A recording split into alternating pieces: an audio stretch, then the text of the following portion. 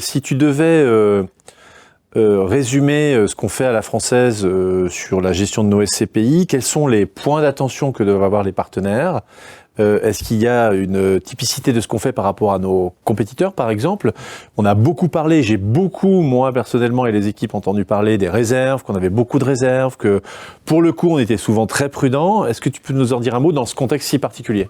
Effectivement, enfin, tout ce qui nous caractérise et tout ce qui nous différencie de nos confrères, c'est cette prudence. Donc, c'est les réserves que l'on a mis en place sur les fonds, qui vont jusqu'à 9 mois pour certains d'entre eux. Donc, c'est le peu d'effet de levier que l'on a. Alors, aujourd'hui, la dette, c'est un élément anxiogène sur le marché. À la française, ces derniers mois, la dette a grandement diminué. On est en moyenne autour de 17% d'effet de levier sur l'ensemble de notre gamme, avec des maturités qui sont longues et des taux fixes. Donc, on n'est pas du tout impacté par la hausse de taux de ce point de vue-là.